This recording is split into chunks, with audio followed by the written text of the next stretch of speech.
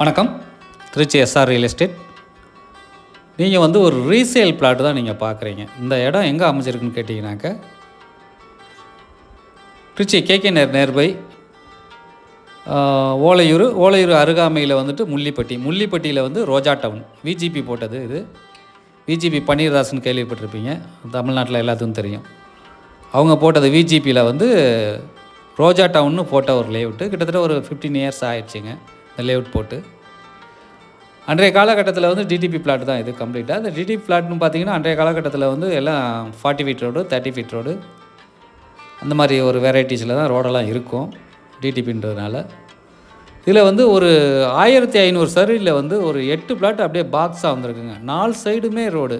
ஒரு சைடு 40 அடி ரோடு, ஒரு சைடு 30 அடி ரோடு, இன்னொரு 2 சைடு வந்து 24 அடி ரோடு. அந்த மாதிரி 4 சைடும் உள்ள ரோடு ஒரு இன்வெஸ்ட்மெண்ட் பண்ணுறவங்களுக்கு பெஸ்ட்டு இன்வெஸ்ட்மெண்ட்டுங்க. நல்ல ஒரு இன்வெஸ்டருக்கு வந்து ஒரு பெஸ்ட்டு இன்வெஸ்ட்மெண்ட்டு. கிட்டத்தட்ட 1500 சர்வீஸில் வந்து 8 பிளாட்னா நீங்கள் கனெக்ட் பண்ணிக்கலாம். ஒரு அருமையான இடம். 4 சைடும் ரோடுன்றது மிக பிரம்மாண்டம், யாருக்கும் கிடைக்காது.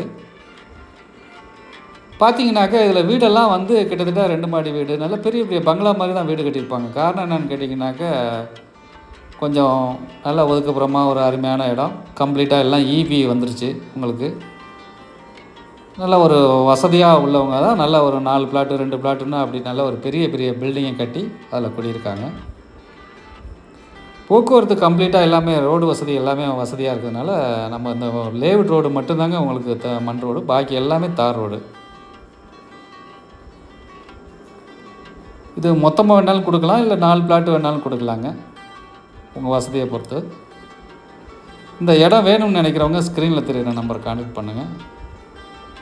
விஜிபி போட்ட ரோஜா டவுனுங்க. நன்றி, வணக்கம்.